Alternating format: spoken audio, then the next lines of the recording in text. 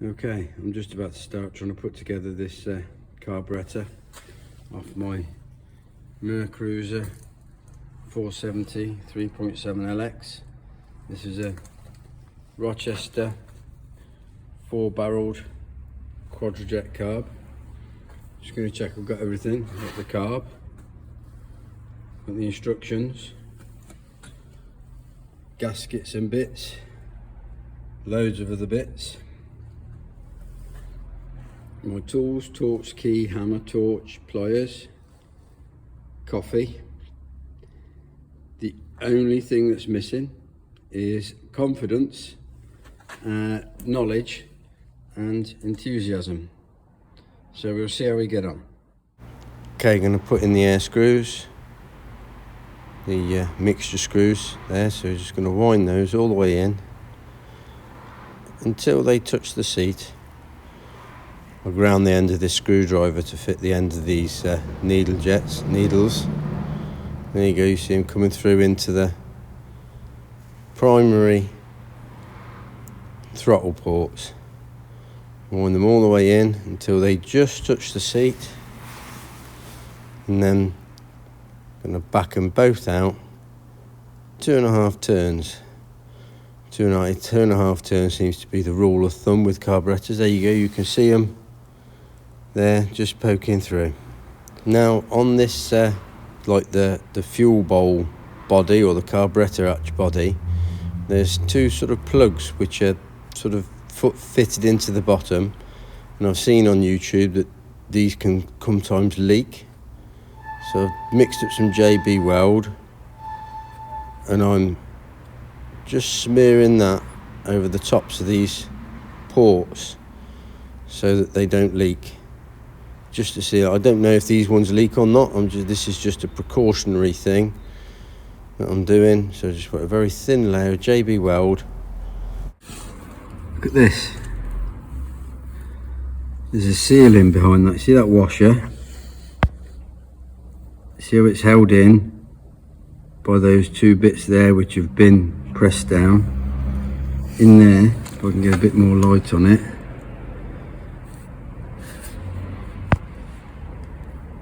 There's a rubber seal in there. That's where the accelerator pump goes up and down. I've got to change that somehow. Okay, I've managed to ping out the washer that's behind that. I sort of dug around it with a Stanley knife, sort of scraped this bit off, and there's the rubber seal that was in there. So I'm going to get a new rubber seal, sit that into place, just make sure it's seated down. And there's another washer. I've got a new washer to go on it.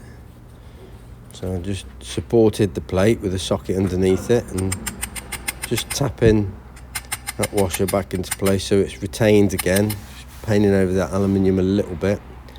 There's the throttle pump, and that just slides nicely in that seal. Now comparing the gaskets, I had a couple of choices of this in my kit, so exactly the same as going back on. Get it the right way up, sit it down. Now this positions into two dowels, and then the throttle plate just drops onto there, and then there's two crosshead screws which hold this into place. Okay, so I'm just putting the crosshead screws in. I'm using a little bit of silicone grease on all the threads that are going back into this screw, on the threads of the screws going back into this carburetor. So just pulling it down, and then the gasket's quite a tight fit on the two dowels, so I'm just pulling this down, which is squeezing the gasket onto the dowels and onto the bottom of the throttle body. It's quite a thick gasket, this is. I think it's probably a thick gasket for heat, to stop the heat getting up into the carburetor. Made a little bit of a stand now, dropping the carb onto the stand. Quick check of the instructions now, see what we get on next. Okay, I've got a little nylon bush that goes into where the choke rod runs through, pushing that into place. Then there's a rubber seal that goes in there. Rubber seal's now popped in.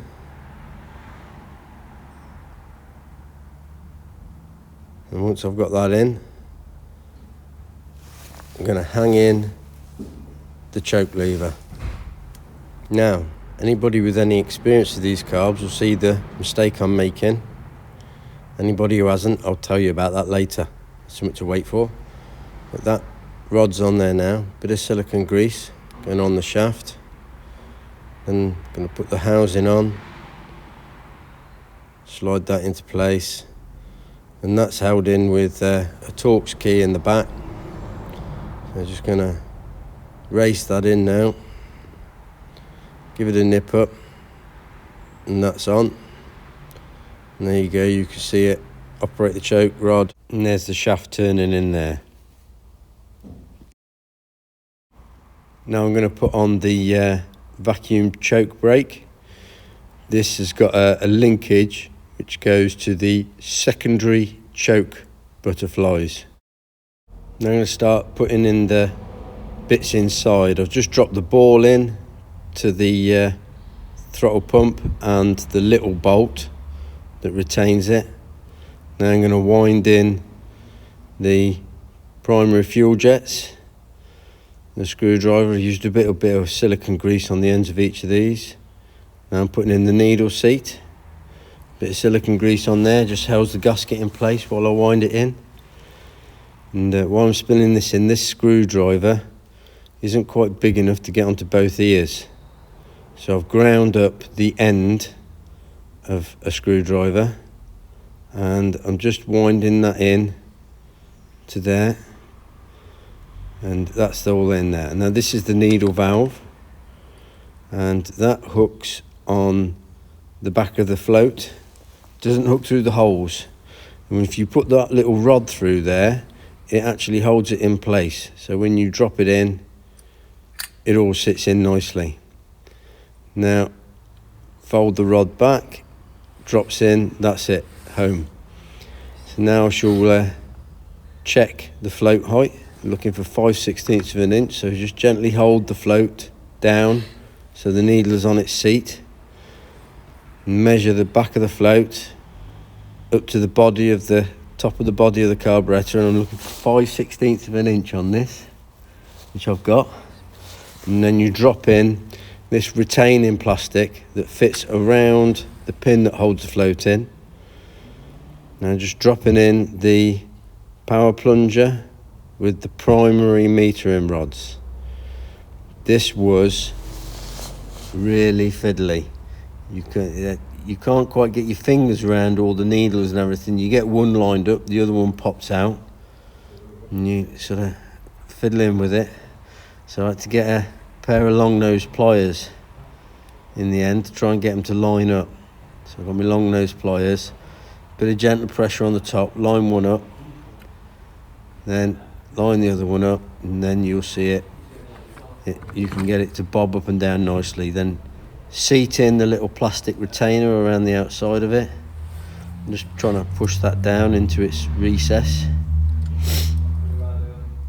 There you go, pushing it down. And then once that's down,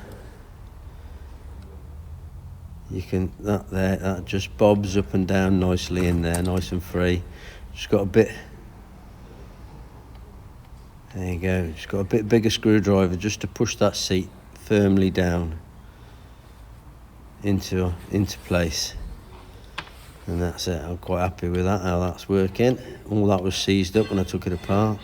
Now this top gasket that goes underneath the air horn, just checking that. So bend down that tongue that goes around the power plunger and the metering rods. Gently fold that into place. Push it in. Got to be quite gentle with that because it goes around the top of the power plunger and then around the metering rods, and then just drop that down into place. There you go, lovely. Now I've got the top plate on in, just putting into the accelerator pump. Put a new spring on this, and just slip that into its hole.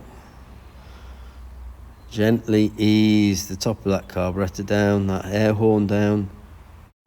Okay, now with that down, I'm just going to run all the screws in around the outside, and a bit of silicone grease on the ends of all the screws just to help them in. And I'm going to whiz all these down. They're all Torx keys. There is a proper tightening sequence to how you nip these, give these final nip down. There is a sequence to make sure that the plate is held down squarely. I'm just whizzing them in now so everything's seated at the moment.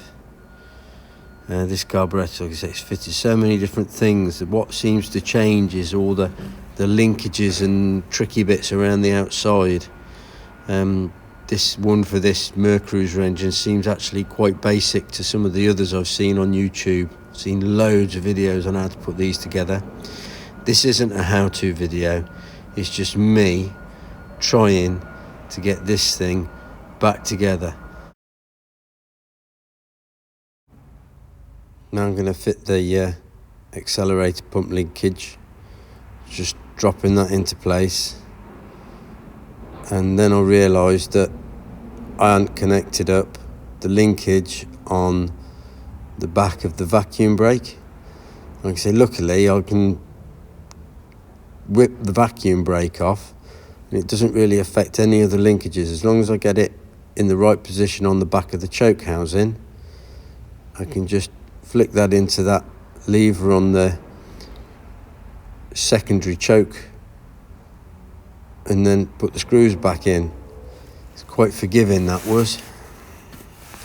So just putting the screws back in and whiz that back up. Like I say, I'm not an expert at putting these together. This is the first one I've done, so I'm going to have a few little dilemmas as I'm putting it back together. And just tighten that up. And now I'm trying to fit on the little lever that operates the primary choke butterflies. And you know, I said earlier on that I've made a mistake. This is where I find out my mistake that I made. The little rod that goes between the operation rod and that choke butterfly lever rod, I put in the wrong way round. So got to whip off the choke housing again. So just going to spin that off. Slide it all out. And then that allows me then to lift out the lever that goes on the back of that choke housing, spin the rod round, put it back in, line it all up, and put the choke rod back in. And then once I've got the choke rod back in, it's a little bit fiddly, it's a little bit more to get around. Now I've got everything together, but I did manage it. Get the choke rod back in,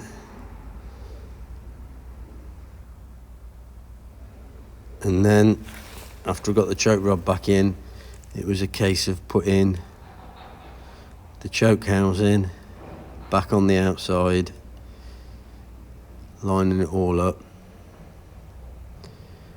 and putting that Torx key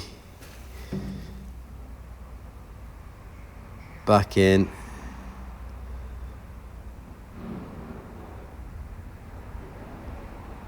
give it a whiz up,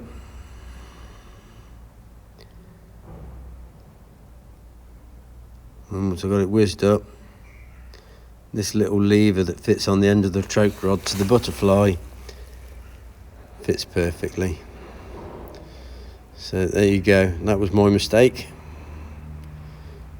Luckily it was very easily rectified. I didn't have to get it all in loads and loads of bits. I managed to get into it to do it. I was quite happy about that. So just gonna nip up that screw on the end of the choke butterfly. Now once that's all on and that choke lever's up, all connected properly, that works nice and smoothly, which is great. This is the inside of the choke housing. I'm just fitting the lever that the automatic choke operates. That's on now, and then that's the automatic choke. Now put this on and then rotate it till it picks up that lever, and this has to be set 6 mil past the leanest point. So there's the markers, and there it is, 6 mil past the leanest point. And that spring now puts a little bit of tension. I'm just nipping that up now. I've got it set in the right place, and that spring then puts the tension on it to close the primary choke valve. Just giving that a little nip. There is an earth wire that goes on that. Now I'm just dropping in the secondary metering rods into the top of the carburetor. These fit down in there, and then there's a little tiny Torx key which screws down into the top of a lever that's mounted in between the choke butterflies, and then just give that a nip in, and then when that operates, that lifts those up and down. Now I'm going to put in this throttle pump lever. I'm going to get my roll pin's not knocked through far enough, so I'm just going to get that so that throttle lever drops down into its yoke, line up the holes with that little peg, and get a screwdriver in the back of it and just lever that roll pin back through the throttle pump lever. That's it, and there you go, it all works. Pump goes up and down now. That was all seized up on it before I took it to bits. Now whacking in the fuel filter, paper gasket goes in the back of the nut, spring goes into the port to hold the filter in place, and then just get it all. There is a little gasket on there on the nut which I've put on, and wind that in and spin that home, and then that is the fuel filter on it. Now the last bit now is the bolt that holds my flame arrestor down. Put that on, nip it up, and there we go. Here's the carb, there we have it, all back in one piece. Everything opens and closes. All the linkages are on. There are a few adjustments that I can make to these linkages that are done by sort of bending rods and tweaking bits, but I shall do that when it's back on the boat, hopefully, and we'll see how we get on. There's the choke linkage in there. Okay, there we have it. That's the carb put back together. Hopefully it'll work. We'll see when I get to fit it and finally manage to turn the engine over with the starter motor. That's something worth looking forward to, I hope. Like I say, that wasn't a how-to video, that's just me trying to put it all together. So take from it what you may. I wouldn't use it to rebuild a carburetor without doing any more other research or having any instructions, but if you get something from it, that's great. I'd like to thank you for watching. Don't forget, give me a thumbs up if you liked it. Don't forget to subscribe if you want to see more. I mean, it's an ongoing thing. The engine's coming together, hopefully a sort of few more bits and bobs, and we'll be trying to crank it over and see if we can get it going. I've got distributor fit and timing to sort out and things like that, so they're all things I'm going to be filming in the future. But like I say, give us a thumbs up if you liked it. Don't forget to subscribe if you want more. Thanks for watching. See you soon.